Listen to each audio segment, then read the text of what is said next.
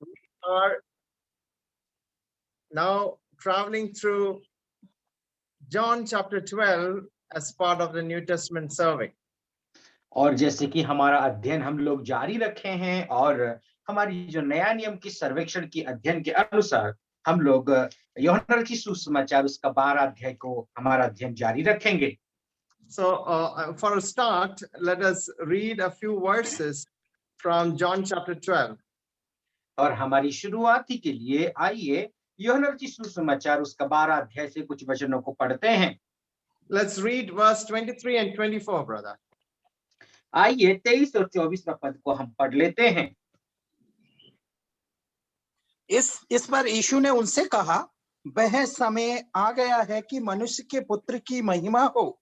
मैं तुमसे सच सच कहता हूं कि जब तक गेहूं का दाना भूमि में पड़कर मर नहीं जाता, वह अकेला रहता है, परंतु जब मर जाता है तो बहुत फल लाता है।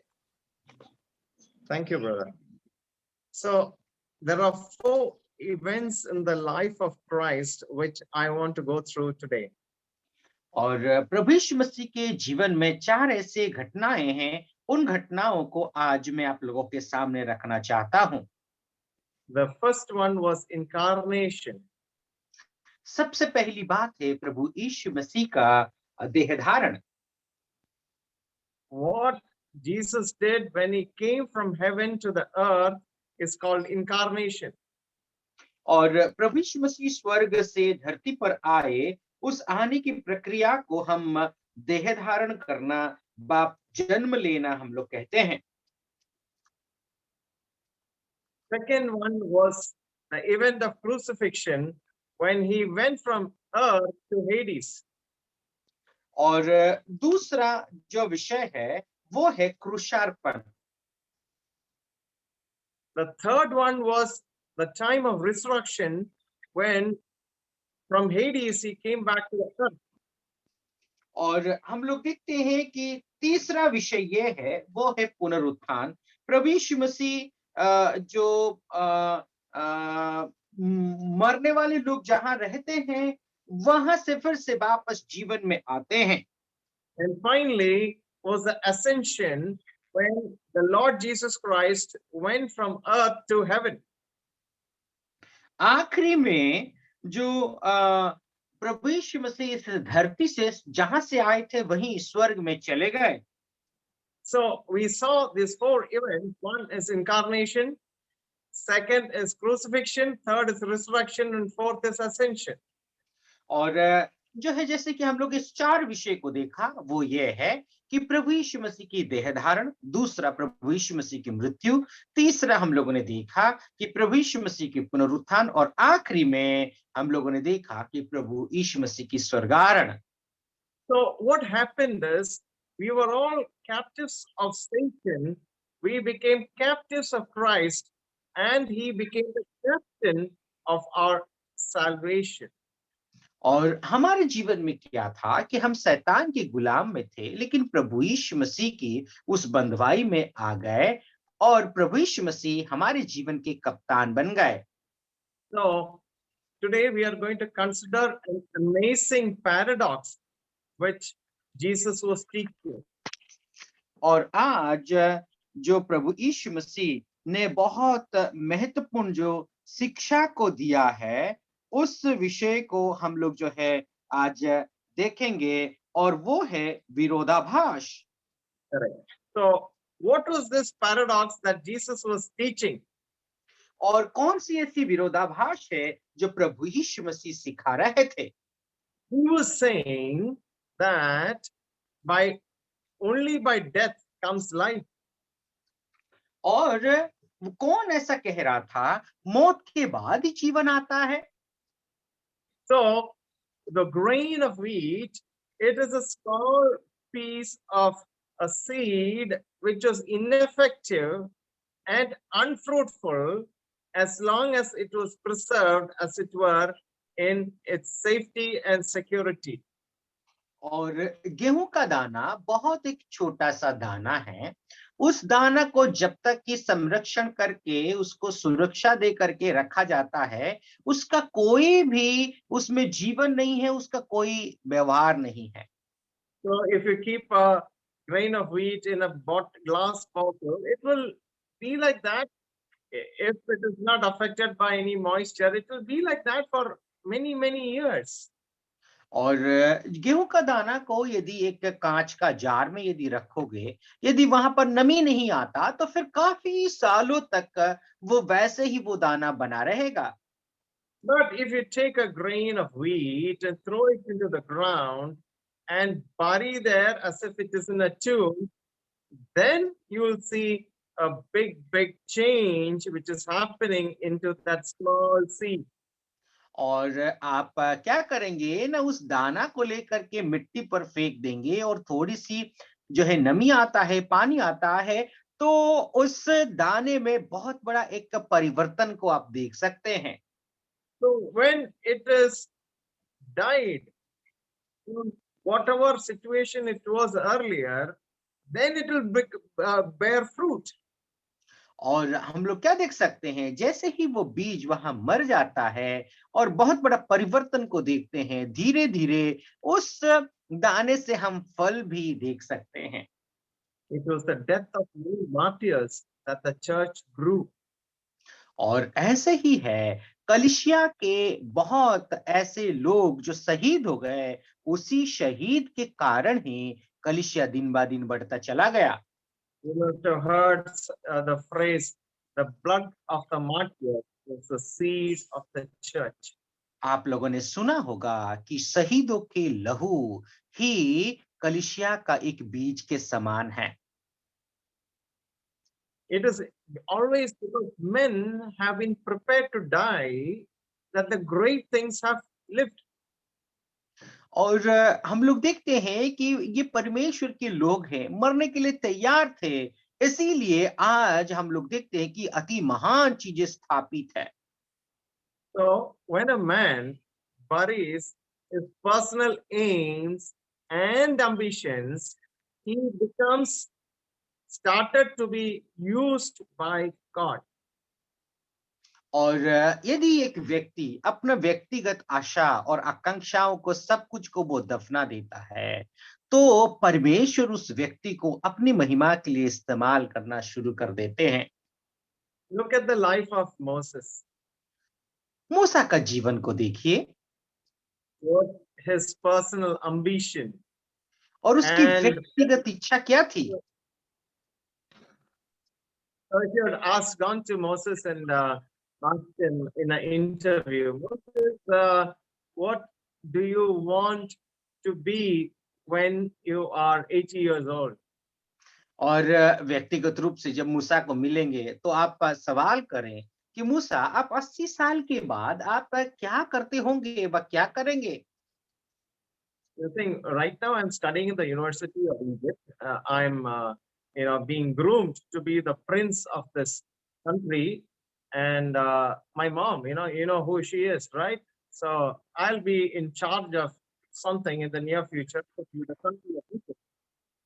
और वो ऐसा कहेगा कि मैं मिस्र देश की उस विश्वविद्यालय में अध्ययन कर रहा हूं और तुम तो जानते होंगे मेरा माँ कौन है, और फिर बाद में मिस्र देश के उस एक राजकुमार की तरह मैं यहाँ पर जो है शासन करने वाला हूँ, इस तरीके से कहेगा। He had the best of everything. उसके पास उत्तम से उत्तम चीजों की उपलब्धियां थी। And if you ask him, do you have anything lacking? He says, nothing. I'm a prince. और यदि उसको आप पूछेंगे क्या आपको कोई कमी महसूस आपने किया है, वो कहेगा नहीं नहीं, मैं तो राजकुमार हूं, मुझे कौन सी बात की घटी है। Let's turn to Hebrews chapter 12, verse 23 and 24 and 25. आइए इब्रानियों का पत्री उसका 12 अध्याय 24वां पद और 25वां पद को पढ़ लेते हैं। One of you can please help in the reading of the word of God. इब्रानियों 12 अध्याय 24 और 25वां आयत। 11 verse 24 and 25, brother. और नई वाचा के मध्यस्थ इस उस लघु No, 12 11, अध्याय 11. 1425 है हाँ ना? 12 भाई ब्रदर 12 नहीं है, 11 अध्याय, अंकल कह रहे हैं 11 अध्याय। Okay.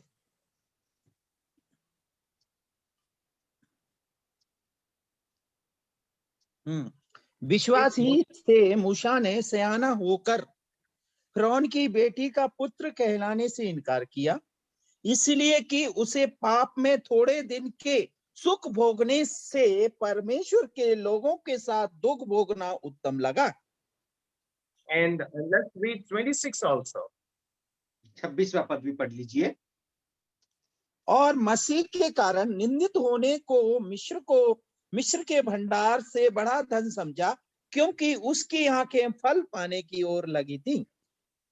So when Moses saw the invisible, we see that he forsook Egypt. He refused to be called the son of the Pharaoh's daughter. और हम लोग क्या देख सकते हैं, जब मूसा ने भविष्य को देखा तो उसने मिस्र देश में रहने के लिए मिस्र का राजकुमार फारो का जो है बहन का बेटी कहना लेके के भी उसने इनकार किया। You know what he was willing to forsake for when he saw the one who was invisible. और जो है वो कौन सी ऐसी बात को जो है छोड़ने के लिए वो तैयार था, जो अदृश्य परमेश्वर को उसने देखा। God appeared to him in the burning bush. The bush was not burned, and he heard a sound saying, "Moses, Moses." And what God was conveying to Moses is that you are wanted. और जब मूसा ने परमेश्वर को देखा, कहा ना उस जलती हुई झाड़ी में उसने एक वो आवाज को सुना, मूसा मूसा। उसका अर्थ मूसा ने परमेश्वर चाहते हैं कि मूसा को परमेश्वर अपने लिए वो इस्तेमाल करे। Then he buried his personal ambitions, and that is when he became useful to God.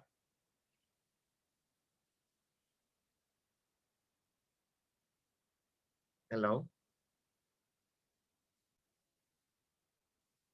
It was when he buried his personal ambitions that he became useful to God. जब उसने अपनी जो व्यक्तिगत इच्छाओं को दफना दिया, He became useful to God. और उसके बाद फिर वो परमेश्वर के लिए उपयोगी बन गया।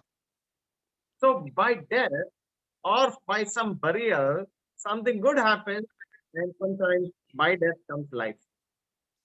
मेरे प्रियो, इसीलिए कभी कभी जो है उस मृत्यु के द्वारा या दफनाए जाने के द्वारा कभी कभी परमेश्वर के लिए कुछ अच्छा काम होता है, और कभी कभी मृत्यु उसे जीवन मिलता है।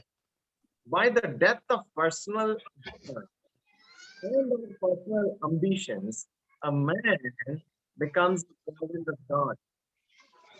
और मेरे प्रियो, जो है हमारे व्यक्तिगत इच्छाओं व आकांक्षाओं की उस मृत्यु के लिए व उनको गाड़े जाने के द्वारा एक व्यक्ति परमेश्वर का उपयोगी बन जाता है। So the first point is only by death comes life. इसलिए पहला पॉइंट यही है कि मृत्यु के द्वारा जीवन मिलता है। And secondly, the Lord Jesus is saying that only by spending life do we retain it. और दूसरी बात यहाँ पर प्रभु यीशु मसीह इस रीति से कहते हैं कि केवल अपने जीवन को व्यस्त करने से क्या हम इसको पा सकते हैं। So the man who loves his life so much has two aims in life. One is driven by his selfishness, and second by his desire for security. और इसीलिए एक व्यक्ति को जो है वो इस जीवन को वो तभी प्राप्त कर सकता है जब उसके जीवन में उसकी इच्छाओं व आकांक्षाओं के अनुसार जब वो जीवन बिताते हैं, तो उनका जो निराकरण करके अनुकरण करते हुए जब आते हैं तो उनको जीवन का वो प्राप्ति होते हैं।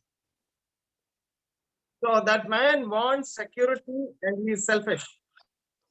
इसलिए वो व्यक्ति जो है वो सुरक्षा चाह रहा था और स्वार्थ को देख रहा था। And you know, in the third point, Jesus insisted that the man who devotes his life must lose it in the end, and the man who spends his life in the end will gain it. I'm sorry, sir. There was some network breaking. I couldn't get you the full sentence. The third point is Jesus is insisting that the man who is hoarding up his life in the end will lose it.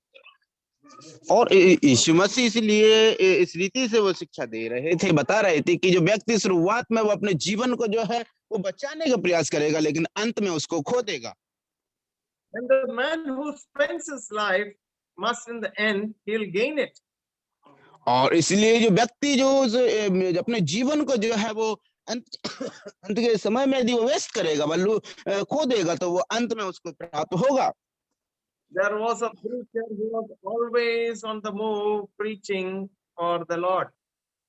और उधर में ऐसा व्यक्ति हमेशा वो प्रभु यीशु मसीह के बारे में, परमेश्वर के बारे में प्रचार करते थे। He was always on the move. He was always traveling, and he was struggling very hard to give the good news to many people. और वो व्यक्ति जो है हमेशा हमेशा यात्रा करते रहता था, यात्रा करते करते प्रभु का समाचार प्रचार किया करता था, और वो व्यक्ति हमेशा वो बहुत ही कठिन परिश्रम करते हुए प्रभु के लिए वो प्रचार करता रहता था। Sometimes friends used to come and say, "Don't take too much tension, don't stress out. Take things a little more easy." और वो व्यक्ति उससे इस रीति से कहता है मिलकर के कि तुम जो है किसी भी बात को, कोई भी चीजों को जो है ऐसे एकदम से सामान्य रीति से अब कठिनाई से मत लो, इतना बोझ मत उठाओ, आराम से बस शांतिपूर्वक जीवन जियो। You know what his answer was? उसका जवाब क्या था मेरे प्रियो, जानते हो आप? It is better to burn out than to rust out. और उसने एक ही बात कहा कि ये तो उत्तम है कि उसके लिए जल जाना और उसके बाद फिर जंग लग जाना। So what happens to a iron knife if it is kept in one corner? It will start rusting. और हम इस बात को जानते हैं कि जब हम एक लोहे के चाकू को यदि एक जगह इस्तेमाल करते हैं तो वो जो है जंग लग के वो नष्ट हो जाएगी। So his answer was, it's better to burn out than to rust out. और इसीलिए तो उसका जवाब था कि जंग लगने से व जलने से तो उत्तम है। There was a lady called Joan of Arc in France who had many enemies, and she prayed to God, "Lord, maybe last a year, use me as you can." और जर्मन में एक इस प्रकार की एक स्त्री थी जिसका नाम जोआन था, जो हमेशा प्रभु से प्रार्थना करती रहती थी कि प्रभु मुझे लोगों के लिए इस्तेमाल कर। So let us see this point that which Jesus himself said. We can read Mark chapter 8 verse 37, and another can read Luke 17 and 33. Mark 8:5, can read Luke 17:33. कोई भी भाई पढ़ने में मदद करें। Mark 8. ब्रदर बोलो, दीपी भाई कौन सा अध्याय? लूका? हाँ सर, लूका का कितना है? 17:33. 17 का 33। ओके। जो कोई अपना प्राण बचाना चाहे वह उसे खोएगा, और जो कोई उसे खोए वह उसे जीवित रखेगा।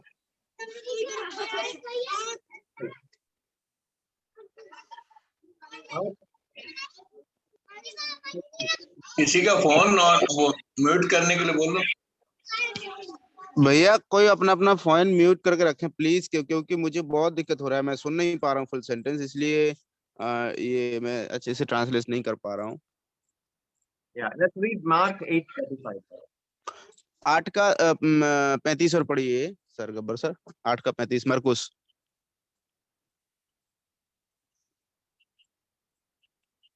It reads like this: whosoever will save his life, whosoever for the sake of मेरी आवाज आ रही दीपू भाई?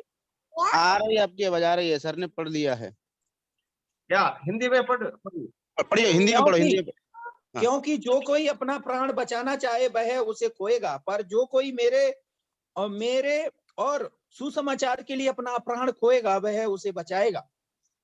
If you lose your life for the gospel, यहाँ पर हम इस रीति से पढ़ते हैं कि यदि तुम अपना जीवन सुसमाचार के लिए खोएगा the saint shall save it. और तो अपने जीवन को जो बचाएगा वह पाएगा। So we only think of what this world would have lost if there had not been men who are prepared to forget their safety, security, selfish gain, and selfish advancement. और मेरे प्रियो, यदि इस रीति से लोग इस उधर में यदि इस प्रकार के लोग होते कि जो अपने स्वार्थ को, अपनी इच्छाओं को, अपेक्षाओं को, अपनी सुरक्षा को यदि उन्होंने नहीं खोया होता तो the world owes everything to people who recklessly spend their strength and give themselves to God and to others. और इसलिए ये संसार हमेशा उन्हीं लोगों के लिए वो हर एक तरीके से वो लाभ व उनकी सुरक्षा के लिए हमेशा ऐसे लोगों के लिए वो कार्य करता है। If we don't work hard for the gospel, we will maybe exist longer. और आप यदि जो है सुसमाचार के लिए यदि कठिन परिश्रम ना करेंगे तो हो सकता है आप कुछ समय लंबे अरसे तक रह सकते हैं। If you avoid all the strain, if you sit at home and look after our lives and our health, maybe we'll exist longer, but we will never live the life which God wants us to live. और मेरे प्रिय, यदि हम जो है घर पर बैठ करके बाकी सब चीजों से जो है हम रिलैक्स करके निश्चिंत होकर के बैठेंगे तो हो सकता है हम जो है उस समय के लिए कुछ लंबे समय तक हम लोग बिता सकते हैं जीवन को, लेकिन उसके बाद में जीवन में क्या करे कठिनाइयां व परेशानियां आएंगी। So the Lord was saying that only by service comes greatness. इसीलिए प्रभु कह रहे थे कि केवल सेवा कार्य के द्वारा ही वो महानता आती है। So the people whom the world remembers with love are the people who serve others. Sorry sir, network breaking. The world will remember with love people who serve others. I'm sorry sir, I don't know, your voice is not clear sir. Okay. The people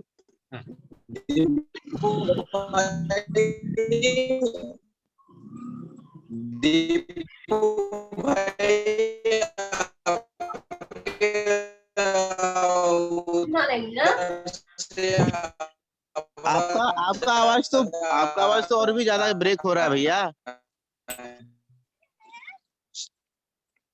आपका आवाज तो और भी ज्यादा break हो रहा है भैया। can someone take over for some time? Uncle, you're अच्छा actually भैया। sometime breaking. That is why we are unable to hear. Yeah. Yeah, that is the problem. I do not know. Is it better now? Little better, uncle, now. Yes. Okay. So only by service comes greatness. Yes, that's Easily- sometime breaking sound is not there. Yeah, like that only it is happening. See if I can change to give me a moment. Yes.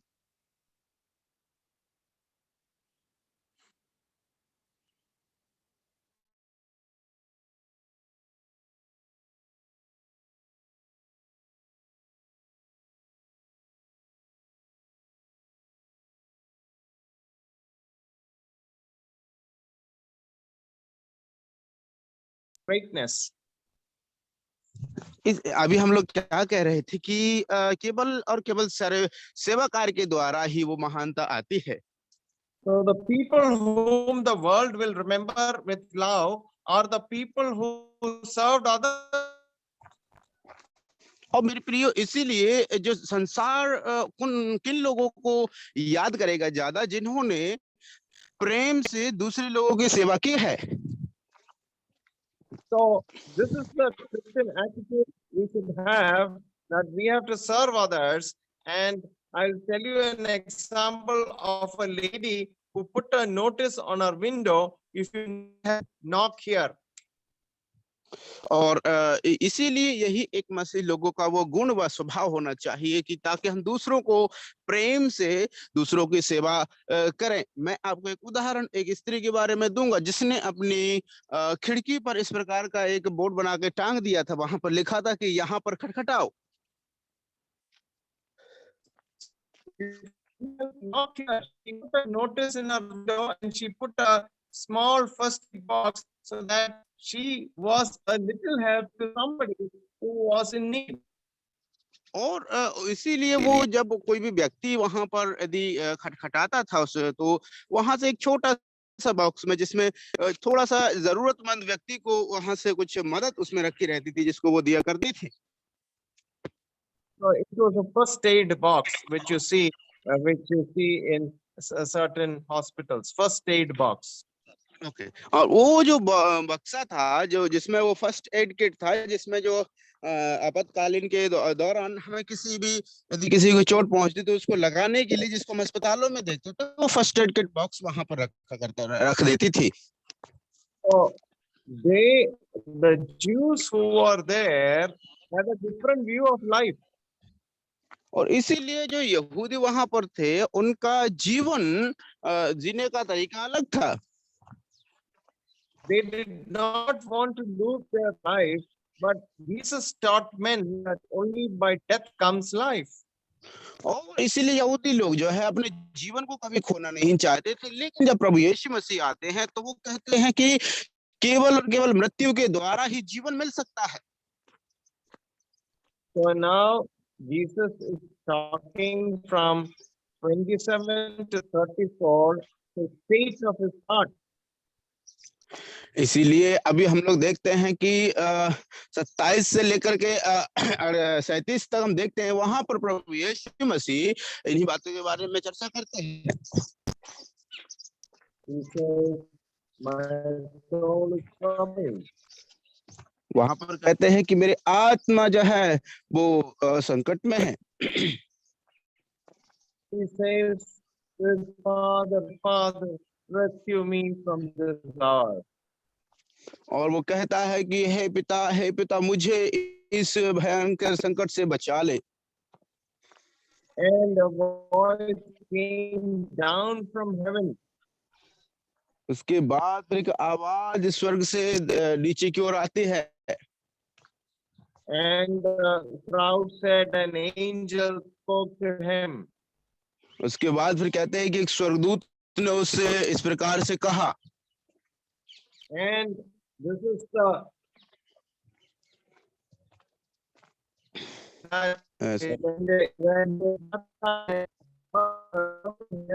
this is my beloved son. Sir, actually there was too much breaking, sir. Could you please repeat once more? God the Father came on in different occasions in the life of Jesus Christ. One was baptism. No, sir, no voice coming clear. Okay, is it better now? Yes, now it's clear a little bit. Okay. Yeah, so what I was saying is that during the time of baptism, there was a voice from heaven. और प्रभु यीशु मसीह के बपतिस्मा के समय के दौरान एक स्वर्ग से एक आवाज आई थी। So the Son of Man was glorified by many things. और जो है परमेश्वर का जो पुत्र कई प्रकार की बातों से उनको महिमा मिली थी। So at the time of the transfiguration, there was a sound in the Mount of Transfiguration, and there was a sound which was heard. और वहां पर हम देखते हैं कि जो रूपांतरण के उस पर्वत पर रूपांतरण के दौरान वहां पर भी हम देखते हैं कि स्वर्ग से आवाजें आती हैं। And now here we see that in John chapter 12, they also heard a voice from heaven. और यहाँ पर हम देखते हैं यूहन्ना लिखित सुसमाचार में जहां पर भी एक आवाज जो है स्वर्ग से आती है। We see in verse 28, then came there a voice from heaven saying, I have both glorified it and will glorify it again.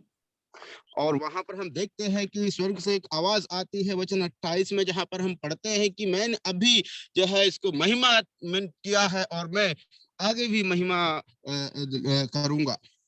The people heard it and said that it thundered. Others said an angel spake to him. और कुछ जो जब लोगों ने सुना तो कुछ लोगों ने कहा कि ये एक बादल गरजने की आवाज है, और कुछ लोगों ने कहा ये स्वर्गदूत की वाणी है। So there was a sound which spoke very clearly baptism and transfiguration and at this hour now. और यहाँ पर वो एक आवाज थी जो प्रभु यीशु मसीह के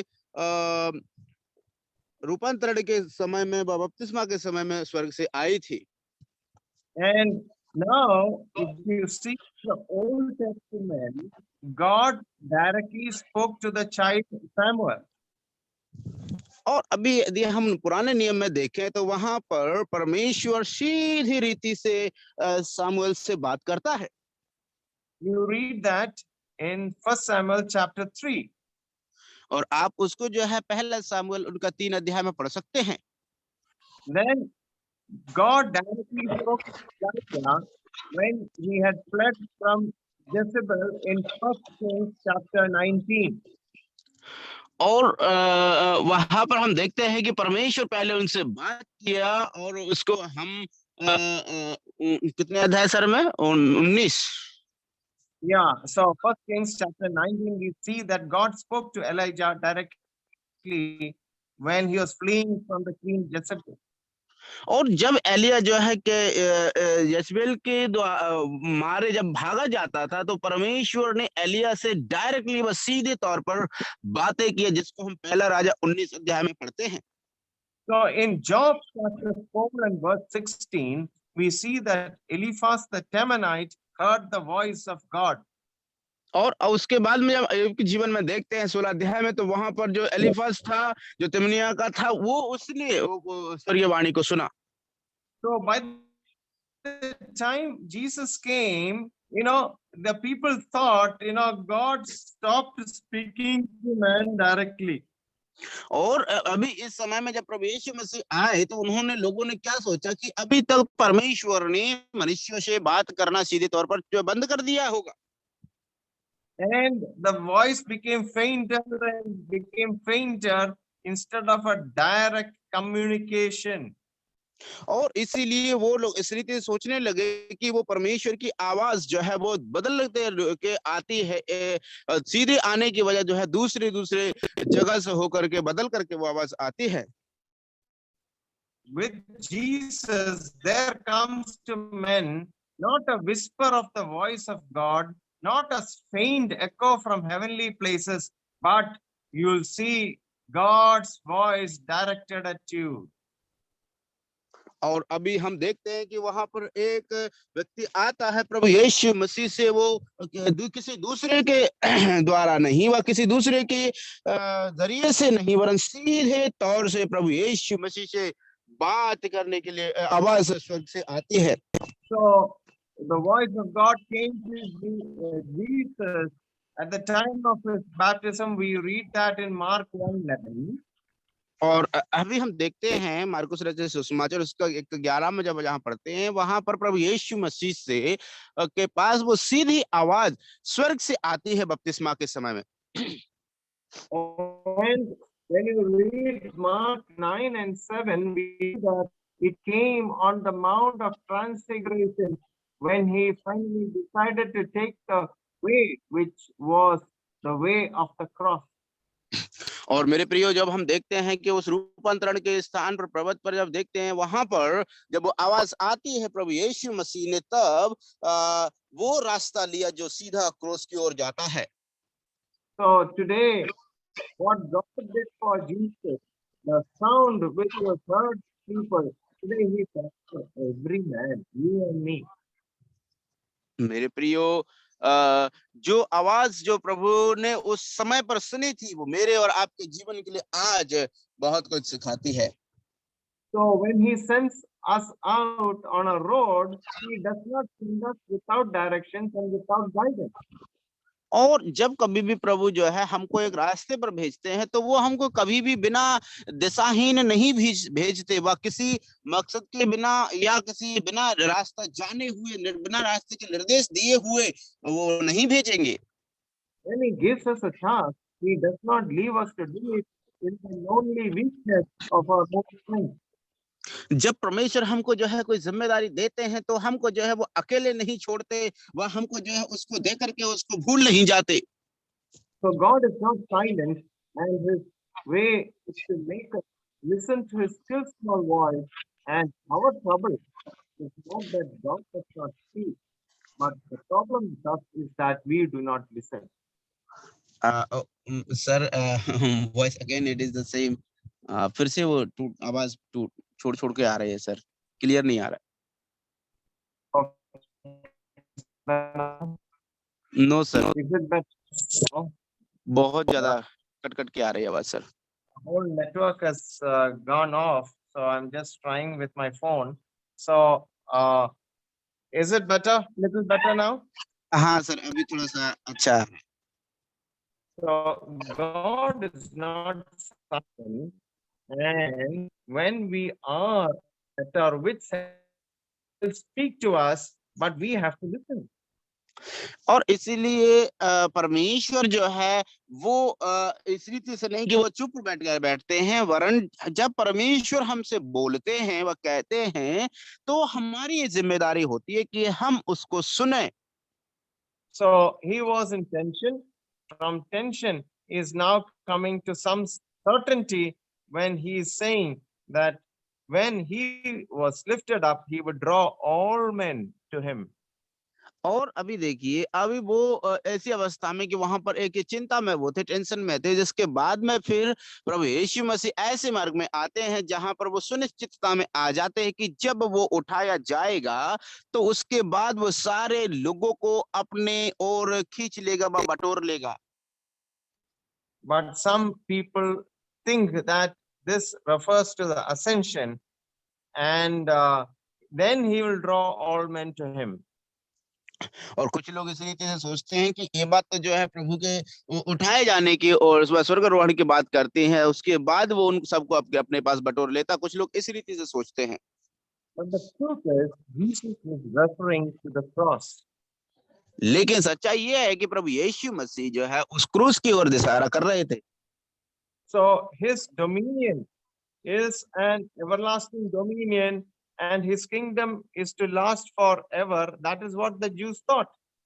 और यहूदी लोग क्या सोच रहे थे कि उसका जो राज्य है, उसकी महिमा जो है हमेशा हमेशा के लिए, वह अनंत कालीन उसका राज्य और महिमा है।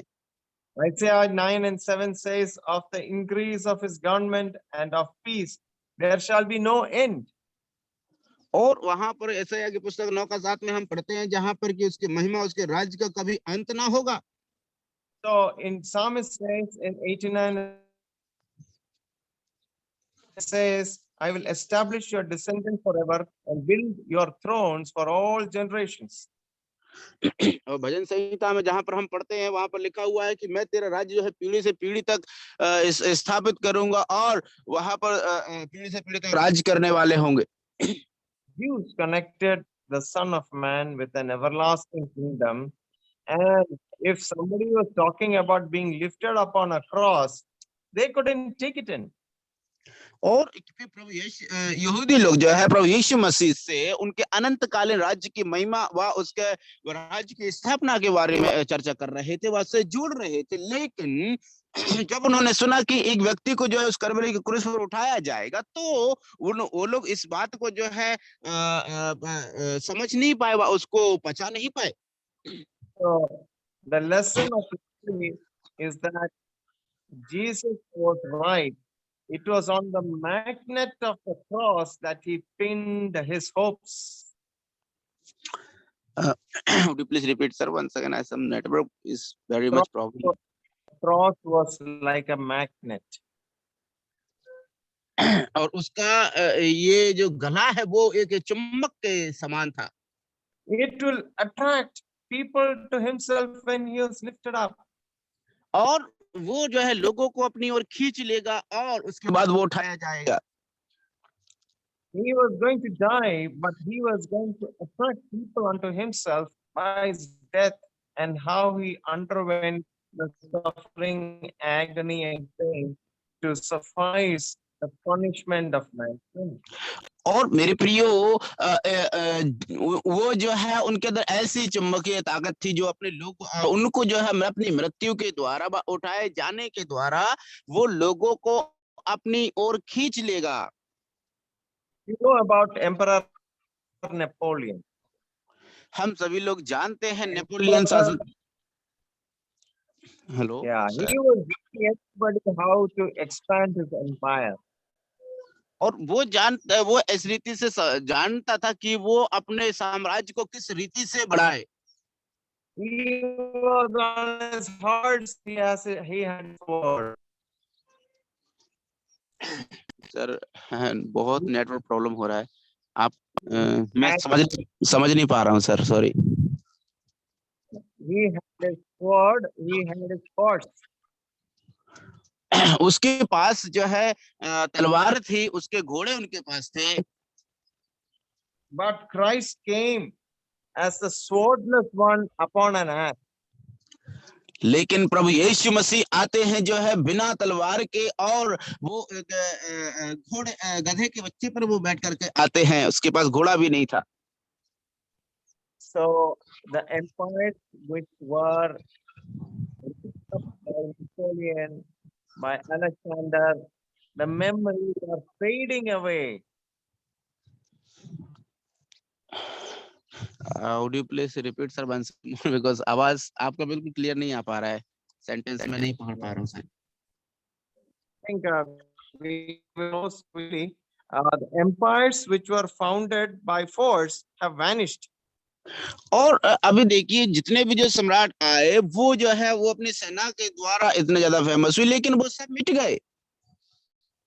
So there is only a small memory of those empires founded by Napoleon and Alexander. और केवल थोड़ी सी ही यादें जो है नेपोलियन और अलेक्जेंडर सिकंदर के द्वारा उनके बारे में याद करते हैं थोड़ा सा। So, but the empire of Christ, which is founded on a cross, every year goes bigger and bigger. लेकिन मेरे प्रियो जो है यीशु मसीह का साम्राज्य जो है उसने जिसने वो बिना तलवार, बिना घोड़े, बिना सेना के द्वारा उस क्रूस पर चढ़ करके उसने उसको स्थापित किया, उसको जो है हर एक साल और बड़ा करके और बढ़ करके वो बढ़ता और दोगुना तिगुना होता चला जाता है, वो है यीशु मसीह का साम्राज्य। Our Lord Jesus Christ, who is the Prince of Love, on the cross is a king who has his throne forever in the hearts of men. मेरे प्रियो अभी देखिए वो प्रभु यीशु मसीह जो है वो प्रेम का राजकुमार कहा जाता है, वो अभी क्रूस पर है और वहां पर उसने अपने सिंहासन को मनुष्यों के दिलों में हमेशा हमेशा के लिए स्थापित किया है। So the only secure foundation for kingdom is sacrificial love. केवल और केवल उसके जो उसके साम्राज्य के जो नींव डालने के लिए, उसका जो फाउंडेशन डालने के लिए केवल और केवल वो बलिदान का प्रेम, उसमें बलिदान के प्रेम के द्वारा उसने नींव को डाला है अपने राज्य की बढ़ोतरी के लिए। And then he goes on in 35 and 36 verses, he says that you are the sons of the light. और उसके बाद फिर हम देखते हैं कि 36 से 37 में पढ़ते हैं जहां पर प्रभु यीशु मसीह कहते हैं कि तुम जो है ज्योति के पुत्र हो। He says, walk while you have the light. और वो कहते हैं कि तुम जो है इस रीति से चलो कि जिस तुम में प्रकाश व ज्योति है। So there is the promise of light. यहाँ पर देखते हैं हम ज्योति का एक वादा को देखते हैं। There is the shadow of fear. वहां पर एक डर का छाया है। And there is a implicit threat also. केवल इतना ही नहीं वरन एक जो अचानक आने वाला एक डर भी उनके अंदर है, भय। So there are things which can keep our minds in distress, but then the light, when it shines, it will remove the shadow of fear and remove the threats which are looming over our heads. और मेरे प्रियो, इसीलिए जब वो जो प्रकाश जब वो चमकेगा तो वो जो है उस भय की छाया को, वह जो हमारे अचानक आने वाले डर और भय व संकट को भी वो हमेशा के लिए वहां से हटा देगा।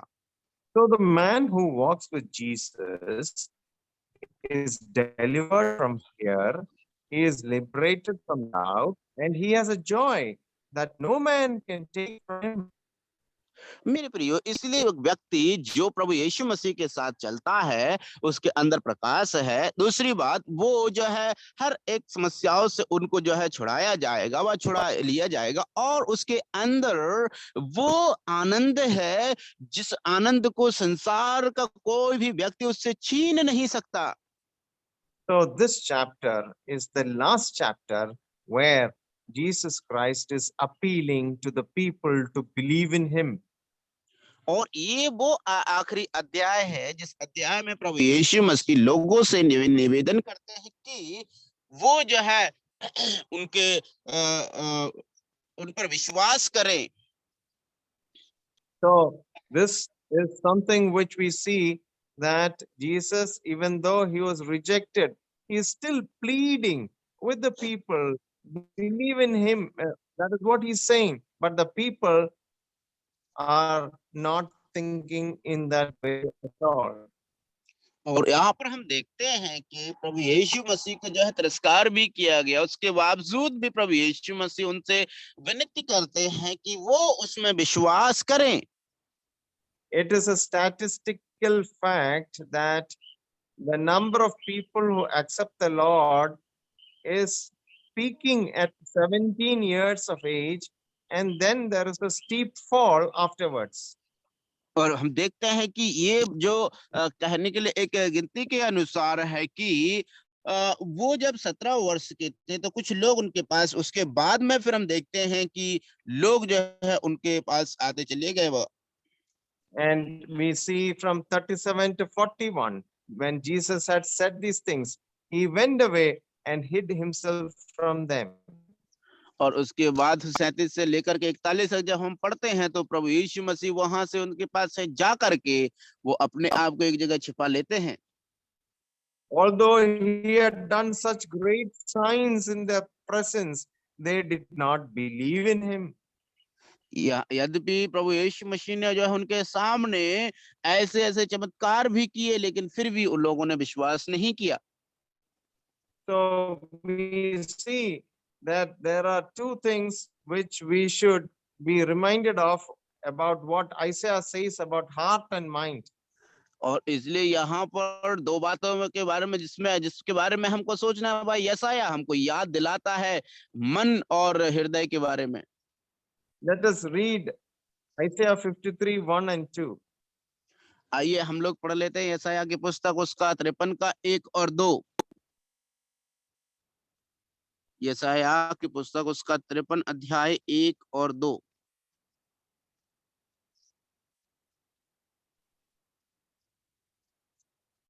Gabbar sir,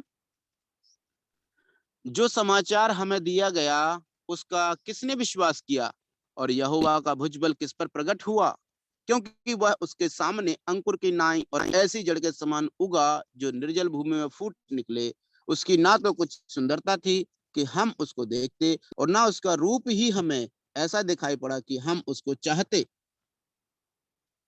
What God showed through his son, the Jews could not see, but then God used the unbelief of Jews for the conversion of the Gentiles. मेरे प्रियो, अभी यहाँ पर हम देखते हैं कि जो परमेश्वर ने क्या कहा उसको यहूदी जो है विश्वास नहीं कर पाए, लेकिन क्या किया परमेश्वर ने कि यहूदियों का अविश्वास को इस्तेमाल करके वो जो अन्य जाति लोगों का परिवर्तन के लिए इस्तेमाल किया परमेश्वर ने। Can you read verse 42 and 43, brother? We are going to read about the coward faith, the faith of the coward. यशायाह 53 का No, 12, chapter 12, our John chapter 12, 42 and 43, we are going to read about the coward's faith. और आइए हम लोग जो है यूहन्ना उसका 12 का 43 और 42 and 43. ओके 41 42 और 43 हम लोग पढ़ेंगे। तो भी सरदारों में से भी बहुतों ने उस पर विश्वास किया, परंतु फरीसियों के कारण प्रकट में नहीं मानते थे, ऐसा ना हो कि आराधनालय में से निकाले जाएं, क्योंकि मनुष्यों की प्रशंसा उनको परमेश्वर की प्रशंसा से अधिक प्रिय लगती थी। So the many rulers believed him. केवल इतना ही नहीं वरन बहुत से सरदारों ने वहां पर प्रभु यीशु मसीह पर विश्वास किया था। But they were cowards. They did not publicly confess their faith. लेकिन जो है उनका जो विश्वास था वो छिपा हुआ था, क्योंकि उन्होंने अपने विश्वास को प्रकट नहीं किया था। Why? Because they did not want to be excommunicated from the community. क्योंकि वो नहीं चाहते थे कि उनको जो है सभा से उनको निकाल दिया जाए। For they loved the glory of men rather than the glory of God. क्योंकि वो लोग जो है मनुष्यों की प्रशंसा उनको परमेश्वर की प्रशंसा से अधिक प्रिय लगती थी।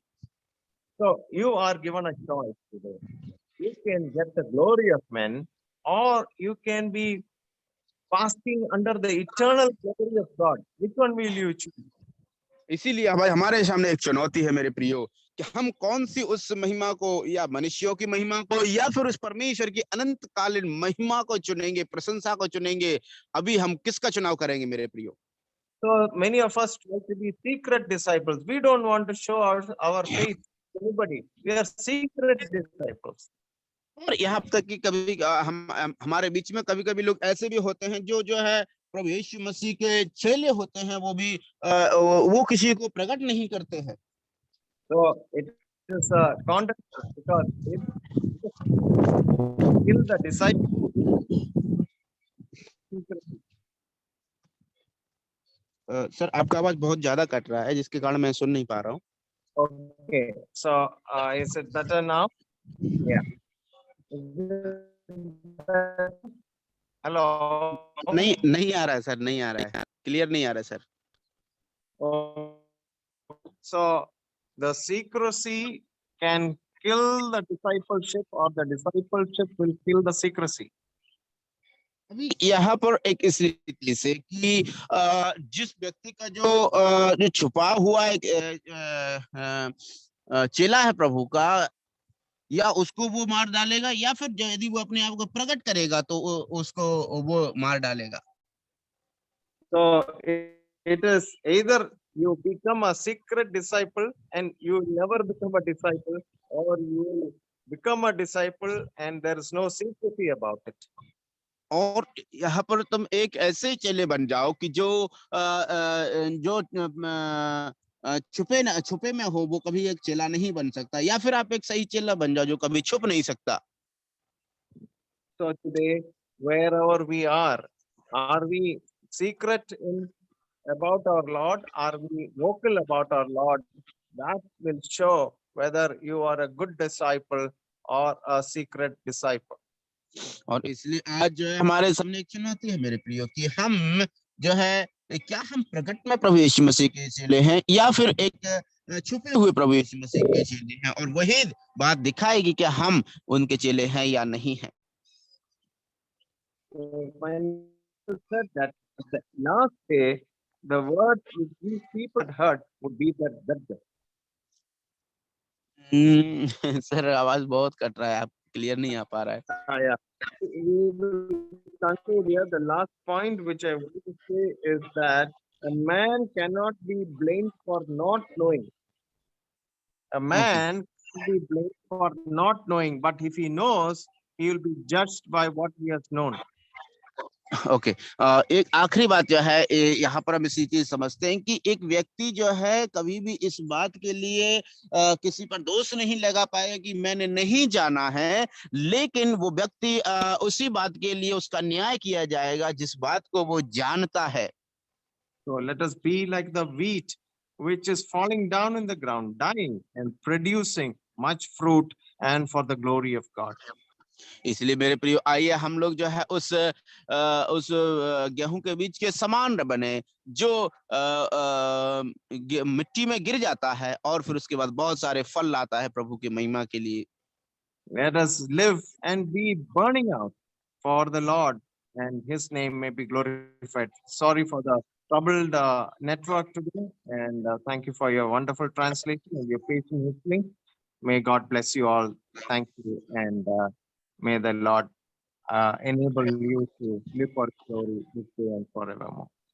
इसलिए आइए मेरे प्रियो, हम लोग प्रभु के लिए वो एक जलन रखते हुए हम जीवन को बिताएं, ना कि उस रखे हुए चाकू के समान जो है जंग हमारे अंदर लग जाए। परमेश्वर हमारी सहायता करे कि हम इस रीति से अपने जीवन को बिता पाएं। ये आने समय में जो नेटवर्क की समस्या हुई इसके लिए माफी चाहूंगा। बहुत बहुत धन्यवाद, आप लोगों ने ध्यानपूर्वकता से सुना। प्रभु के नाम की